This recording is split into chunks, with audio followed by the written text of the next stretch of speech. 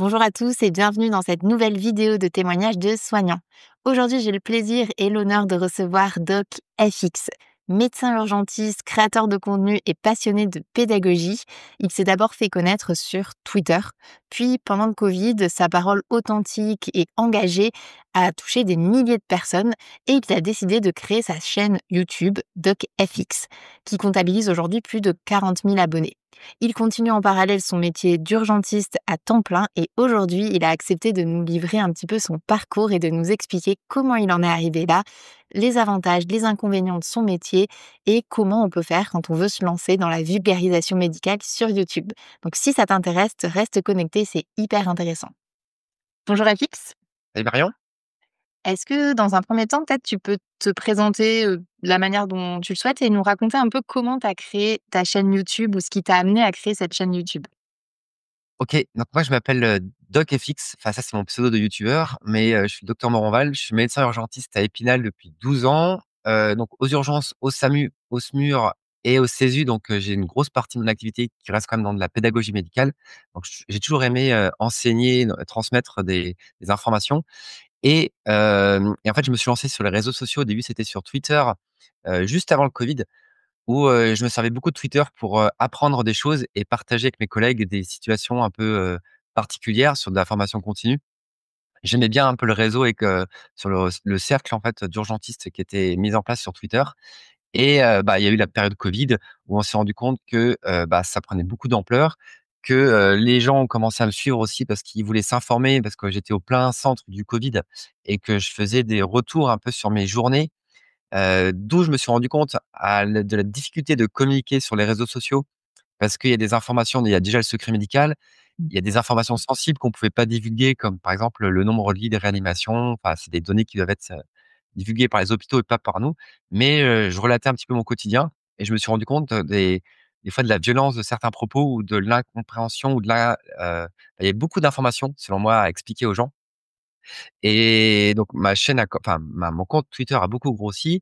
Je me suis rendu compte que c'était pas adapté à mon style de communication et à faire de la pédagogie parce que sur de l'écrit, ça va vite en fait à interpréter Mmh. un mot de différentes façons en fonction de comment il est dit. Les mots peuvent avoir plusieurs sens et j'ai voulu faire des cours sur de la communication. J'ai vu que ça n'existait pas en médecine. Je me suis tourné vers une fac de lettres où j'ai fait quelques cours de master de communication sur mon temps libre et c'est là où j'ai découvert en fait, YouTube, un moteur de recherche où tout le monde s'informe, même sans avoir de compte de YouTube. Beaucoup de personnes consomment du YouTube et on va chercher de l'information facilement sur Google et on se retrouve très vite sur un tuto YouTube Mmh. sur par exemple, comment installer du carrelage en 10 minutes et bah, hop, on voit un tuto YouTube en 10 minutes, on sait poser le carrelage, enfin où on a les bases et bah, de la même façon, je me disais que les gens pour la santé, ils vont chercher, que faire en cas de fièvre, que faire en cas de douleur dans la poitrine et quand j'ai regardé un peu sur YouTube ce qu'il y avait, je me suis rendu compte qu'au niveau des urgences, ça manquait parce qu'on était vraiment sur de la f de la fiction un petit peu type, télévision en fait avec des éléments un peu buzz, mais pas sur de la pédagogie Mmh. et je me suis dit: «Bah, allez hop, pourquoi pas, je peux lancer», donc il y avait pas mal de boulot quand même de travail pour lancer tout ça et puis voilà, c'est parti. OK. Ouais, donc le truc initial, c'est, tu es sur Twitter, tu vois qu'il y a un besoin en termes de pédagogie, de vulgarisation médicale. Tu vois bien que c'est pas le média le plus adapté à ça. Donc tu cherches, enfin, tu te formes un peu, tu cherches quel média sera le plus adapté et là, tu te dis: «Allez, c'est YouTube, bingo, j'y vais, quoi». C'est ça, c'était OK. vraiment moi l'objectif vraiment c'était d'être, youtubeur et puis de faire passer les messages et puis aussi je me suis rendu compte que les gros youtubeurs qui font du divertissement, d'ailleurs, eux, ils ont des communautés très engagées Mmh. et que la leurs paroles, en fait, les messages qu'ils transmettent sont vraiment écoutés et d'où eux-mêmes ont des coachs un petit peu pour faire attention à leur image, à ce qu'ils disent, parce qu'ils savent derrière que ça peut avoir des grosses répercussions et la plupart, je trouve maintenant des gros youtubeurs passent des messages positifs et du coup, c'est gagnant-gagnant pour tout le monde, en fait, donc ça, Mmh. c'est voilà, c'est assez intéressant. OK. Et du coup, est-ce que tu peux peut-être nous parler plus en détail de ta chaîne aujourd'hui, DocFX? C'est quoi un peu les missions avec cette chaîne? À qui ça s'adresse? Tu as commencé à l'évoquer, mais est-ce que tu peux nous en parler plus en détail? Alors moi, ça s'adresse vraiment au grand public, Mmh. mais vu que c'est tellement simplifié, vulgarisé, ça intéresse aussi les étudiants infirmiers ou médecins ou ambulanciers parce que, bah, pareil, ils ont des lorsqu'on est infirmière, bah, au début, on apprend et quand on apprend, bah, il faut des notions des fois très, très simples. Il faut aller vraiment sur du basique et des fois en pédagogie, on a tendance à aller assez vite dans les compétences médicales alors que là, on reste enfin moi, je reste très simple dans mes vidéos, donc ça reste accessible à tout le monde. Donc ça s'adresse au grand public. À chaque fois, moi, c'est centré quand même sur l'urgence. Mmh. Pour moi, c'est important de communiquer que sur des sujets qu'on maîtrise ou là où on se sent expert. Mmh. Et après, c'est vrai que j'aime bien aussi des fois m'entourer d'autres médecins spécialistes. Par exemple, parler d'un infarctus, moi, je pourrais très bien le faire parce que j'en vois régulièrement aux urgences. Mais si je le fais avec un cardiologue qui débouche des artères, coronaires tous les jours, et ben c'est encore mieux parce que ça donne une plus-value à la vidéo, je trouve. Donc, si je peux le faire avec un «expert» entre guillemets, je le fais et à chaque fois, moi, je ramène à chaque fois sur le versant, des urgences et les urgences, c'est vachement vaste. Autant on a du devant l'hôpital, enfin du préhospitalier avec, les ambulanciers, avec les pompiers, avec les gendarmes aussi, ou les forces de l'ordre. Enfin, on a toujours besoin de cette notion d'urgence. Autant il y a la partie plus hospitalière aussi, aux urgences et après on a la partie, toutes les aux urgences, on a à peu près toutes les spécialités, donc c'est assez vaste, de parler de beaucoup de choses. J'ai même fait des vidéos un petit peu transversales, Mmh. par exemple avec des vétérinaires sur, les arrêts cardiaques chez les chiens, par exemple. C'était super intéressant parce que, on voit un peu la différence entre arrêt cardiaque, chez l'homme, chez le chien, donc ça, j'aime bien un peu ce parce que la médecine vétérinaire, se s'informe aussi, enfin s'éduque beaucoup aussi avec, la médecine humaine. Mmh. Donc, j'aime bien, voilà, aller sur des angles un petit peu éloignés qui rattachent un peu à chaque fois aux urgences ou par exemple des vidéos que j'ai faites avec Air France plus récemment sur l'arrêt cardiaque dans un avion. Bah, moi, ça fait 2 ans que je suis urgentiste. Avant d'avoir fait la vidéo, je ne savais même pas, quelle était la procédure en cas d'arrêt cardiaque dans un avion. J'imagine que le personnel est formé, mais je sais même pas, est-ce qu'il y a un défibrillateur dans tous les avions? Réponse non, c'est pas obligatoire. Il y en a beaucoup qui en ont, c'est voilà. Est-ce qu'il y a des sacs? Qu'est-ce qu'il y a dans ces sacs et cetera? Il y avait beaucoup de fantasmes aussi sur, il y avait des sondes d'intubation et cetera. Après, est-ce qu'on pouvait mettre des échos dans les avions? Mais non, pas du tout. Mais voilà, ça permet d'aller, voilà, d'aller explorer et même moi, au niveau de ma pratique, ça relance un petit peu mon intérêt aussi parce que je vais voir, Mmh. sous différents angles un peu différentes pratiques, donc voilà, Ouais. c'est plutôt Ouais, pour le côté curieux aussi d'aller creuser, certains intervenants avec lesquels tu travailles, soit au quotidien ou qui sont, quand même reliés à ton métier d'urgentiste plus ou moins, ça te permet d'aller creuser et de t'intéresser aussi à d'autres choses, c'est intéressant. c'est ça. Et vu que je suis quelqu'un de passionné, bah, j'aime transmettre cette passion et les gens, ils le ressentent tout de suite dans mes vidéos que je suis passionné parce que, voilà, on le ressent tout de suite et puis on voit que tu es quelqu'un de terrain aussi parce que c'est important de dire que c'est voilà, je fais ça en plus, c'est dans mon quotidien et que, et voilà, c'est des sujets que je maîtrise parce que, je fais ça au quotidien, quoi. Mmh, OK. Et donc ta chaîne YouTube, qui aujourd'hui a plus de 40 000 abonnés, j'imagine que ça s'est pas fait du jour au lendemain. Est-ce que tu peux peut-être nous préciser, nous raconter un peu comment tu as développé cette activité, de youtubeur? Alors c'est au début, il y a beaucoup d'informations parce qu'au final, être, youtubeur, c'est pas un métier, c'est 10 métiers différents. C'est gérer un script, gérer le tournage, gérer la bonne image, le bon son, le bon angle, quel message qu'on appelle le storytelling, comment tu mets en avant ta vidéo. Après il y a toute la partie montage, la partie, script, la partie, hem, titre de la vidéo, tout ce qui est le descriptif, la miniature, enfin il y a plein, plein de choses à apprendre. Donc en fait, je me suis formé sur YouTube, justement, comme tout le monde, parce qu'il y a des chaînes sur comment faire sa chaîne YouTube. Il y a des chaînes YouTube qui sont dédiées à ça, justement.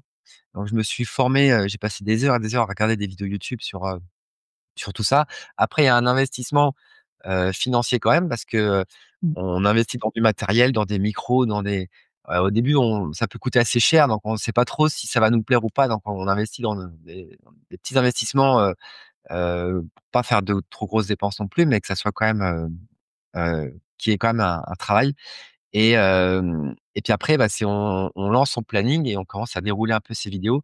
Le plus dur au début pour moi, c'était de trouver, ce qu'on dit à chaque fois, il faut trouver une trentaine de sujets avant de lancer une chaîne, Mmh. pour avoir déjà un peu d'idées sur comment tu veux construire ta chaîne et au début, j'avais eu un peu de mal à trouver mes 30 sujets et j'avais peur en fait de pas trouver d'idées. Alors que là, maintenant des idées, il y en a énormément, enfin j'en ai même trop en fait. J'ai tellement de vidéos que même là, en ce moment, là, sur ce mois-ci, j'ai fait 2 vidéos par semaine. Alors que normalement, je m'étais toujours limité à une. Là, j'ai fait tellement de tournages que j'en suis à 2 par semaine et encore une fois, je fais tout ça sur mon temps de repos, donc il faut que je fasse attention à Ouais. pas faire de burn-out ou enfin voilà, donc je suis un peu vigilant à ça et aussi parce que, bah, je gagne pas d'argent ou très, très peu et en fait, je suis tout seul à faire tout ça Et si à un moment j'arrive à monétiser un peu certaines vidéos, bah, l'objectif après sera peut-être d'avoir quelques personnes qui m'aident comme tous les gros youtubeurs qui au final sont tous des chefs d'entreprise Mmh. et ces 40 000 abonnés, on n'a pas 40 000 abonnés du jour au lendemain. C'est vraiment, 2 ans de travail parce que c'est vraiment un travail, 7 jours sur 7 en fait en permanence parce que tu as des vidéos à alimenter régulièrement, tu as un rythme à Mmh. tenir, tu as des commentaires et cetera, ça s'arrête jamais. Même quand je suis en vacances, quand je pars, 2 semaines à l'étranger par exemple, j'anticipe et je prévois mes vidéos et je sais que mes vidéos, elles vont sortir pour, maintenir l'algorithme et que ça reste régulier. Tu peux pas vraiment, bon, il y a que les gros youtubeurs, comme Inoxtag qui disent: «Bah, voilà, pendant un an, je coupe les réseaux pendant un an, je me concentre, machin». Nous, on peut c'est pas possible. D'avoir cette régularité et l'objectif, c'est pas de s'épuiser non plus mentalement et il faut que ça rentre, parce qu'on a aussi une vie privée, on a une vie de famille. Mmh. Il faut que ça rentre dedans et moi, j'ai réussi à trouver là, je suis à peu près je suis bien, enfin, j'ai réussi à trouver la place qu'il faut sans dépasser, en fait. Donc OK. voilà. Et comment justement, quelle est cette place? Enfin, à quoi ça ressemble peut-être dans ton organisation, dans ton quotidien, tu vois? Pour que les gens puissent se figurer puisque tu es urgentiste, à temps plein, je crois, en tout cas. Donc comment tu fais pour, mettre tout ça dans ton emploi du temps? Alors sur mon emploi du temps, en fait, j'ai des créneaux où je sais à l'avance mon planning. Je sais, je fais tant de Ouais. nuits, tant de mois, en fait, voilà et je rega et du coup, après je fais le planning avec mon épouse, précis, voilà et on s'organise avec ma fille qui est à l'école. Enfin bref, on a un planning à plusieurs cases, mais on arrive, voilà et moi, sur chaque mois, après, j'identifie des créneaux où donc je travaille pas ou soit mon épouse travaille et ma fille est à l'école OK. et ces créneaux-là, par exemple, je peux avoir un matin, j'ai souvent, 3-4, journées comme ça dans le mois et en fait, sur ces créneaux-là, bah, je vais, placer mes tournages, sur ces créneaux-là et c'est où j'en profite pour faire des montages en même temps. Des fois, ça peut être en sortie de garde aussi, c'est-à-dire que des fois, je fais des nuits et je vais enchaîner avec des tournages les lendemains. Mmh. Heu, que voilà, ça c'est assez aléatoire mais j'arrive à chaque fois, on arrive à s'arranger en fait. OK. Et quand tu as des Et tournages, avec, pardon, avec d'autres, intervenants, je sais pas, avec les ambulanciers, avec du matériel et tout ça, ouais, tu les organises à l'avance, ça comment ça se passe? en fait, on définit le thème des vidéos. Souvent, Mmh. j'organise le tournage, je fais, alors ça, c'est mon petit tips avec le temps, c'est que je fais souvent 2 ou 3 tournages à la suite. OK. Parce qu'en fait, quand tu es chaud, en fait, pour un tournage, tu as envie d'en enchaîner peut-être un deuxième. Donc en fait, pour optimiser mon «déplacement» entre guillemets, je fais souvent plusieurs vidéos d'un coup. Et puis après pour le matériel et ben, on voit là où c'est le plus adapté pour faire le tournage. Moi, je fais attention à chaque fois au secret médical, c'est-à-dire que lorsque je Mmh. tourne dans les hôpitaux, je filme jamais de patients. Enfin, j'en ai encore jamais filmé. Après, il y aura peut-être des vidéos, pourquoi pas, avec des patients pour parler de maladie, mais là, on est plus sur le même, c'est autre chose, quoi. C'est sur du témoignage, c'est plus pareil. Mais par exemple, je vais pas faire des vidéos d'immersion où on va voir les patients en temps réel, ça, c'est pas possible avec le secret médical. Mais il y a à chaque fois un but derrière chaque vidéo. Heu et au final, souvent ce que je fais, c'est qu'on fait un petit briefing et autant avant je travaillais beaucoup mes scripts sur, ce que j'allais dire. Sur mes premières vidéos, en fait, c'était quasiment du par cœur. Autant Mmh. maintenant, c'est de l'improvisation. OK. C'est-à-dire que pour avoir, j'ai fait des vidéos avec des gros youtubeurs. Eux, c'est genre: «Bah, voilà, on tourne avec FX machin, allez go, c'est parti, on tourne». Et en fait, on sait même pas ce qu'on va dire. Même je pense lui, il sait même pas ce qu'il va dire, mais en fait, il y a le côté plus naturel que les gens aiment beaucoup dans les vidéos, c'est que c'est plus spontané, en fait. Mmh. Et dans mes vidéos, je sais à peu près ce que je veux dire parce que je sais le thème et je sais les grands en gros, on se fait un petit briefing avant sur les messages qu'on va absolument faire passer, les deux trois questions que je pose et après les autres questions, c'est en fonction du feeling. Et c'est pour ça que des fois, d'ailleurs, je suis même tellement, dans la conversation que des fois, ça m'arrive des fois de couper la parole. Du coup, ça fait très mal poli, mais c'est le côté vraiment spontané parce que j'ai envie de rebondir sur quelque chose et cetera. Et j'avais d'ailleurs fait une vidéo au tout début avec l'ex-ministre de la santé et je me souviens qu'à un moment, j'ai coupé la parole, je sais plus ce que j'ai dit, elle disait: «Ouais, on prend beaucoup de café». Je dis: «Ouais, nous aussi». Enfin, j'ai coupé la parole comme ça à la ministre, après j'ai dit: «C'est pas possible que j'ai fait ça», mais côté justement plus spontané Mmh. et c'est ce que j'essaie de garder sur les vidéos, c'est ce côté vraiment, spontané et par exemple, j'ai pas de prompteur, même si des fois le prompteur, ça peut aider parce qu'on voit beaucoup de vidéos où les gens, ils parlent comme ça devant la caméra, ils sont très, on voit que les messages, ils déroulent, il y a pas d'hésitation et cetera, mais parce qu'ils lisent, en fait, ils lisent un Mmh. prompteur et c'est sûr que du coup, le message est peut-être un poil plus clair, mais sur une vidéo YouTube, ça fait un peu moins ce côté, humain et les gens commencent à m'apprécier, enfin, à «s'attacher» entre guillemets à mon personnage de DocFX de plus en plus parce qu'il y a ce côté, naturel, passionné qui voilà, qui fait plaisir à voir, en fait. Ouais. Ouais, ça fait partie de ton entre guillemets, presque de ton storytelling et de qui tu es, hein, aussi et donc c'est ça qui plaît et c'est ça que les gens viennent, chercher aussi, quoi. Mmh, C'est ça, c'est ça. ça marche et par rapport à justement à ce quand tu as développé un peu cette, activité de youtubeur, comment ça a été reçu par, je sais pas, ton entourage, tes collègues aussi, tes proches?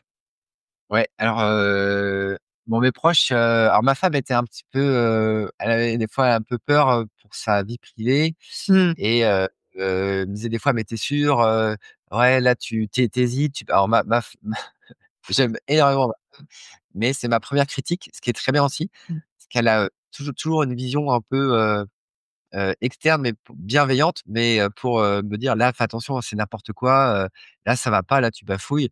Mais voilà, elle dit les choses clairement et franchement, ce qui m'encourage, du coup, à m'améliorer.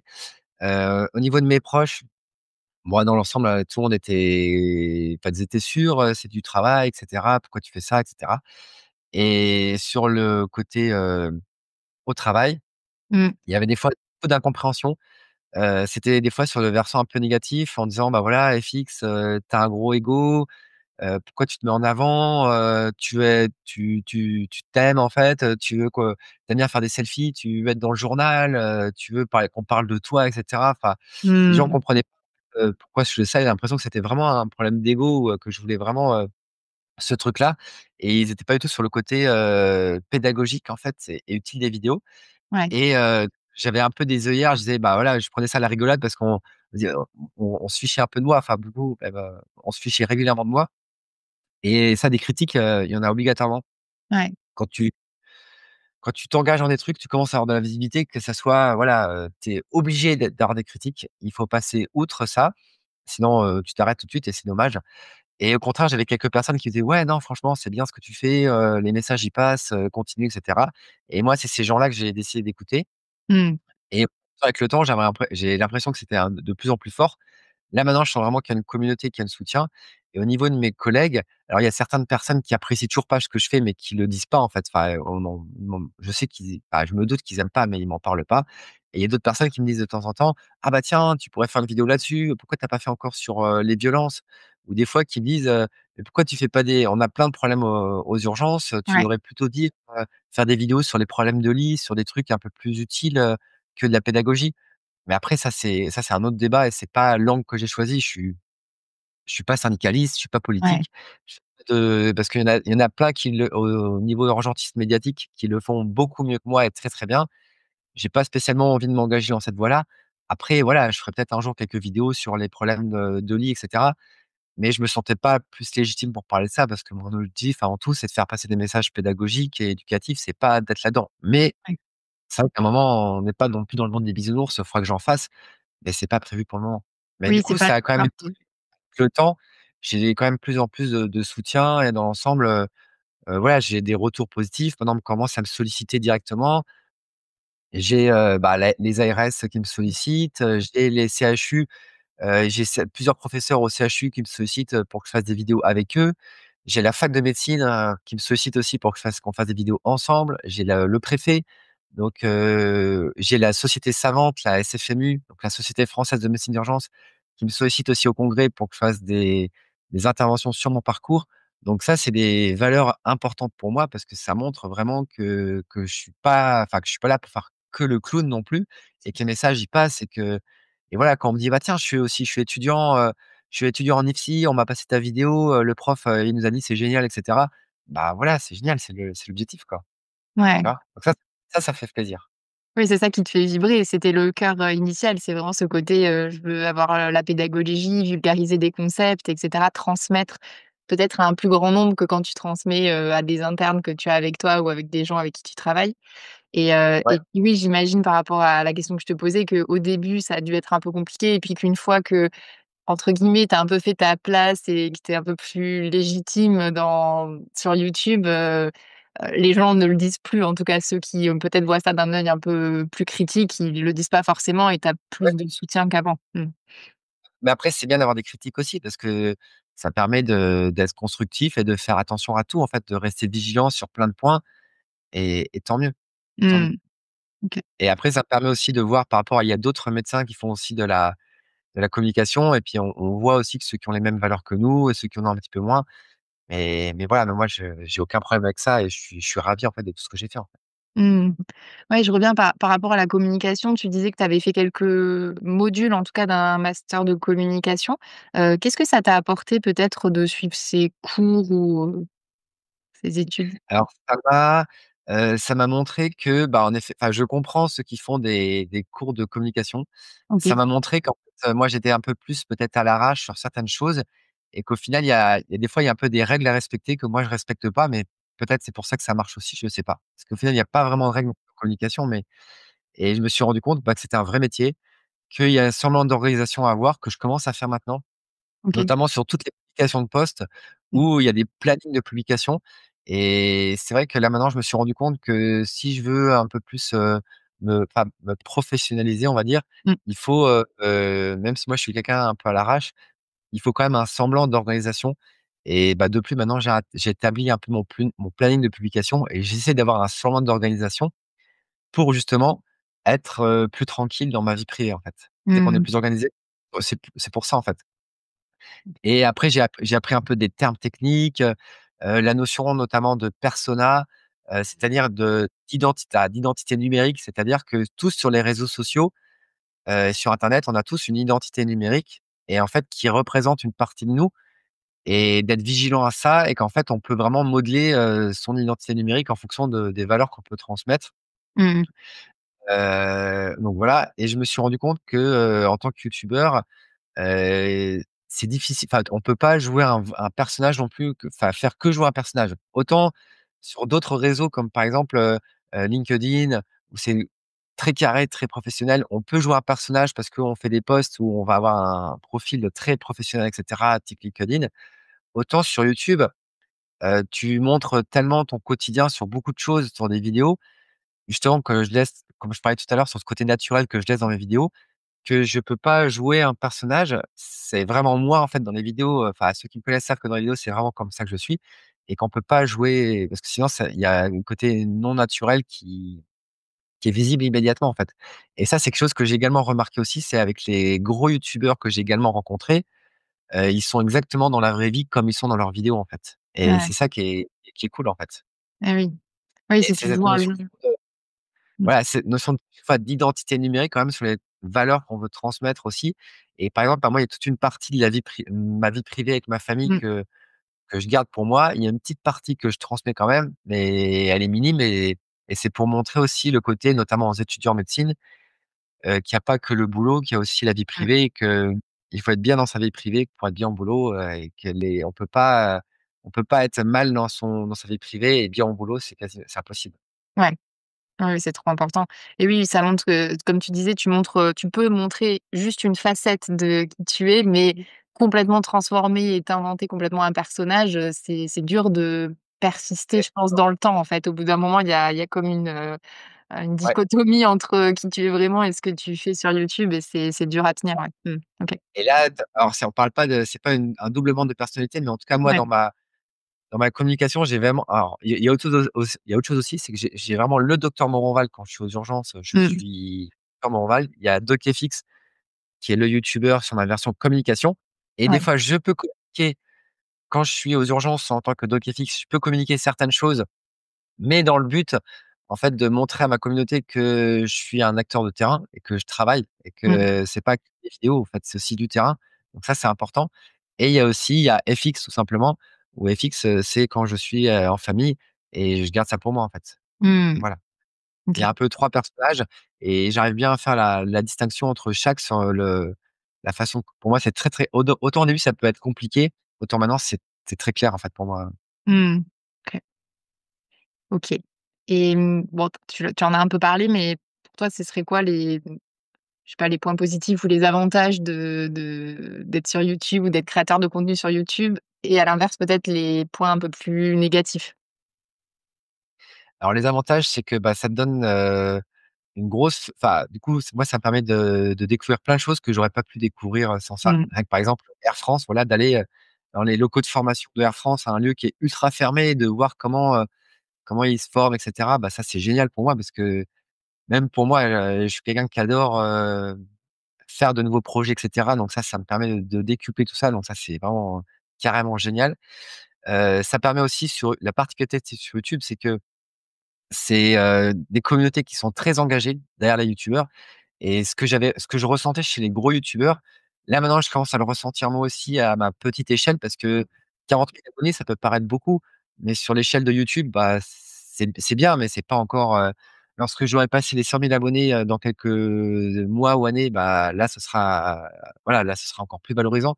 Mais on sent vraiment qu'il y a de l'engagement derrière, qu'il y a du soutien et que ça permet vraiment de faire passer des messages et que je sais que maintenant, même si j'ai horreur de ce terme-là, je sais quand même que j'ai une influence sur les gens, sur les messages que je passe. Donc ça c'est un côté positif d'avoir une influence parce qu'on peut, faire transmettre des messages et faire transmettre des bons messages Mmh. et de l'autre côté, bah, il y a aussi le côté un peu négatif, bah, c'est que, bah, il y a aussi des responsabilités de l'autre côté et qu'en gros, si tu fais passer un message erroné dans une vidéo, bah, ça peut avoir des conséquences énormes, et ça, c'est presque ma plus grosse angoisse, c'est de faire passer un message et que dans les vidéos, on me dise tout de suite: «Non mais c'est complètement faux, ça va pas, c'est n'importe quoi» et cetera. Là, dans ce cas-là, c'est une vidéo que je pourrais supprimer si vous voyez qu'il y avait grosse erreur en fait, dedans. Mais je suis OK. quand même assez vigilant là-dessus et normalement, j'ai pas eu ce souci, là encore et heureusement, quoi. Mmh. Voilà. Et puis après les inconvénients, bah, c'est qu'on est exposé aussi et que, du coup, on est un peu plus vigilant à ce qu'on fait, moi, notamment au niveau du travail. Parce que Mmh. quand je suis aux urgences, ça arrive qu'il y a des patients qui me reconnaissent, qui me disent: «Ah, je vous suis» et cetera et ils vont pas me le dire tout de suite donc faut voilà, je peux pas me permettre, faut que je sois quand même vigilant, à mon image quand même aussi, au travail donc il y a ce côté-là. Mais du coup, ça donne voilà, dans l'ensemble, c'est positif, quoi. Ouais. Oui, il y a plus de positifs et tu as les finalement les inconvénients du qui sont en relation aussi avec les points positifs. C'est la même, c'est différentes facettes d'une même, d'une même pièce. Et après, le point négatif aussi, c'est que ça prend beaucoup d'heures aussi. Ça Mmh. prend beaucoup, beaucoup d'heures. Après, moi, je suis passionné par ça. Je suis passionné par YouTube et en fait, j'ai 3 passions dans la vie. C'est la médecine, la pédagogie et la communication. Et en Mmh. fait, YouTube rejoint, vraiment, ces 3 passions. C'est là-dedans, en fait. Mais si j'étais pas passionné, j'aurais déjà arrêté parce que ça prend Ouais. tellement de temps. Voilà, si j'aimais pas ça, Mmh mh. OK. Et quel conseil tu donnerais aux soignants qui nous regardent, qui ont peut-être des envie, tu vois, d'évoluer ou de diversifier leurs pratiques, mais qui osent pas, qui savent pas trop par où commencer, qu'est-ce que tu leur donnerais comme conseil? Ou qu'est-ce que tu aurais envie de leur dire? et bah, d'y aller progressivement, d'aller chercher l'information, bah, déjà probablement sur YouTube Mmh. parce que, bah, sur YouTube on trouve de tout donc d'aller, rechercher de l'info sur YouTube parce qu'il y a plein de chaînes qui sont justement, enfin très, niche on va dire sur des sujets très précis des fois. Donc de pas hésiter à aller rechercher de l'information, de prendre le temps d'aller bien s'informer et qu'en effet c'est ce que je dis à chaque fois moi aux jeunes étudiants en médecine qui veulent devenir urgentistes et qui ont peur d'être urgentistes à 50 ans et d'être épuisés, que, il y a toujours des possibilités d'aller faire d'autres choses et que la diversité, de faire des choses différentes, ça permet de pas s'ennuyer et d'avoir des visions différentes, en fait et complémentaires. Mmh. Et pour moi, d'être un urgentiste et de faire que des urgences, d'être dans les brancards tous les jours, c'est obligé qu'au bout de 5 6 ans, on pète un plomb au bout d'un moment parce qu'on a la tête, dans le guidon. Alors que d'aller faire, du SMUR, donc de sortir en dehors de l'hôpital, d'aller faire de la régulation au téléphone, c'est pas le même travail, c'est complémentaire, mais c'est un autre angle. D'aller faire après de la formation, d'aller, sur les gestes de premiers secours, justement du CESU, c'est encore une autre approche et d'aller faire après de type par exemple de la médecine de catastrophe ou bah, d'avoir des visions vraiment différentes, ça permet d'être complémentaire et voilà, de pas s'ennuyer. Et moi d'ailleurs ma chaîne YouTube, c'est ce qui a redonné encore un coup de fouet aussi à ma carrière parce que du coup, ça m'a permis de voir les urgences encore sur un autre angle, plus pédagogique et de voir toute la diversité des métiers que je connaissais peut-être pas et même des fois, je découvre des filières que je connaissais pas trop et ça me permet, voilà, ouais, de redonner un coup de boost à mon boulot aussi. Voilà. Top. Ouais, je suis complètement d'accord avec toi, je défends aussi beaucoup ce message de se dire, même, voilà, si on reste dans la médecine et qu'on se reconvertit pas dans autre chose, mais de diversifier un peu ses activités ou même les lieux d'exercice et tout ça, ça permet souvent de retrouver quand même un intérêt et de redonner un coup de fouet à sa carrière donc voilà, je te Et surtout de faire ce qu'on aime, ce qui nous passionne parce mmh, que ça c'est le moi, franchement, j'estime que j'ai beaucoup de chance parce que pour moi, mon métier, c'est pas un métier, c'est une passion mmh, et quand on est à ce stade-là, voilà, on est heureux, quoi et c'est ce que je souhaite à tout le monde. Après, ça peut pas être que dans la médecine, hein. Il y en a qui sont, passionnés d'être paysagistes et qui sont heureux là-dedans et tant mieux, en fait mmh, et si on arrive à trouver enfin, c'est peut-être la difficulté aussi qu'ont les jeunes là maintenant, c'est de trouver quelque chose qui les passionne et de vivre de leur passion. oui. Voilà, parfait, quoi et même dans rien que dans la médecine aussi, la médecine, il y a énormément de branches, de choses, en fait, c'est tellement varié qu'on a plein de possibilités pour s'épanouir, en fait. Ouais, complètement, complètement et on n'est pas très informé pendant les études et c'est pour ça que c'est intéressant de voir aussi, même au sein de la médecine, qu'on peut diversifier, quoi. Mmh. Oui, on n'est pas très informé parce que des fois, on est formé par, certains par des professeurs qui sont pour certains, bah, très passionnés par ce qu'ils font eux aussi, mais qui pour eux, pour certains, sont dans des niches, très spécifiques et qui ne voient que par cette niche-là, en fait et qui ont peut-être pas une vision un peu plus ouverte. Mais c'est difficile des fois d'avoir cette vision un peu plus lorsqu'on est très, passionné par ce qu'on aime, on a envie de transmettre ces valeurs-là, c'est sûr, mais il y a d'autres passions aussi qui existent. Merci, DocFX du coup pour, pour ces partages. Est-ce qu'il y a quelque chose que tu aimerais ajouter avant qu'on se quitte? Je pourrais juste te dire que lorsque j'ai lancé tout ça, je pensais vraiment pas en arriver jusque là aujourd'hui, Mmh. parce qu'au-delà de ça, bah, j'ai créé mon auto-entreprise à côté, hein, parce que du Mmh. coup, vu que YouTube me rémunère un petit peu pour mes pubs. Mmh. Je gagne à peu près 200 € par mois, pour être vraiment transparent. Mais cet argent-là, ces 200 €, je les déclare aux impôts, je déclare à l'URSSAF, donc je paye l'URSSAF, je pèse des impôts là-dessus, donc on divise par 2. Mais voilà, c'est vraiment pas dans le but de gagner là de l'argent, mais il y a un investissement qui s'est fait quand même au fur et à mesure. Et je pensais vraiment pas lorsque j'ai lancé la chaîne il y a 2 ans, en arriver jusque-là et c'est ça aussi, l'important, c'est que lorsqu'on se lance là-dedans, faut y aller enfin moi, j'y suis allé Mmh. progressivement et il faut pas se mettre la barre trop haute et puis on s'améliore au fur et à mesure et puis voilà et surtout, en tout cas, YouTube, c'est un marathon, c'est que, c'est pas du jour au lendemain, c'est vraiment, en faisant au fur et à mesure, c'est en faisant de YouTube qu'on devient youtubeur, tout simplement. Et des critiques, il y en a énormément et qu'il faut passer au-dessus et qu'il faut rester vigilant à tous les points, de communication en tant que médecin et c'est vrai que ça, j'en ai pas parlé, mais que l'Ordre des médecins a sorti une charte, d'ailleurs avec YouTube et avec certains de mes amis et collègues youtubeurs, sur des règles de bonne pratique, du médecin communicant et c'est indispensable d'avoir lu au moins ces 10 consignes-là et de les respecter, je pense, Mmh. pour pas, pour être bienveillant dans sa communication et parce qu'on peut vite être, dévié sur, X ou X chose. Donc de bien suivre ces règles-là de communication qui, pour moi, sont évidentes, mais parce que je viens de Twitter et de Twitter qui est un monde, on va dire de requins et qui est assez le moindre faux pas, on est taclé immédiatement.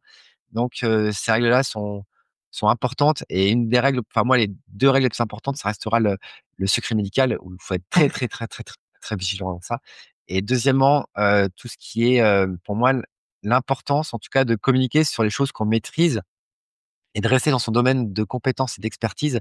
Mmh.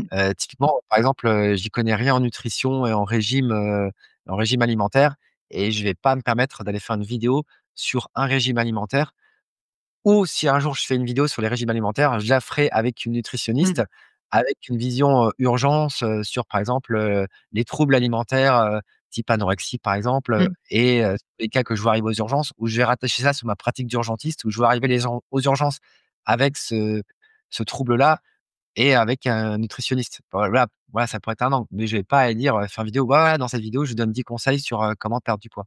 Non, Mmh ça, mh. c'est pas possible. Donc c'est Ouais. important de rester, sur, son domaine d'expertise, je pense.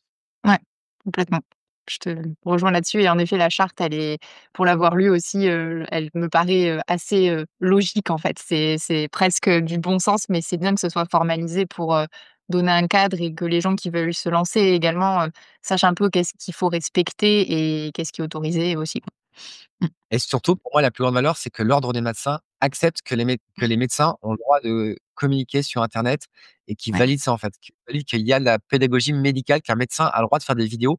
Parce que autre chose aussi, c'est que le grand public, des fois, m'a critiqué en disant: «Mais, FX, au lieu de faire des vidéos sur YouTube, tu ferais mieux de bosser aux urgences, on a besoin de monde aux urgences». Mais il faut savoir que mes gardes aux urgences, je fais mes gardes aux urgences et que ça, ouais, c'est en donc au lieu d'aller faire du cheval ou d'aller faire du basket, parce que j'adore le basket et ben, je vais faire des vidéos YouTube. Voilà. ouais. Merci beaucoup, en tout cas, FX. Je mettrai bien sûr en description tous tes liens vers ta chaîne YouTube. Je sais que tu as un compte Instagram aussi et tes différents, médias. Et puis, bah, merci à tous d'avoir regardé cette vidéo. Allez. Merci d'avoir regardé cette vidéo jusqu'au bout. J'espère qu'elle t'a plu, j'espère que tu as appris des choses, j'espère que ça a été inspirant pour toi. Pense à t'abonner à la chaîne pour être notifié à la sortie des prochaines vidéos et à liker si le contenu de cette vidéo t'a parlé. Tu peux aussi nous partager ton ressenti en commentaire et je te dis à très vite dans la prochaine vidéo.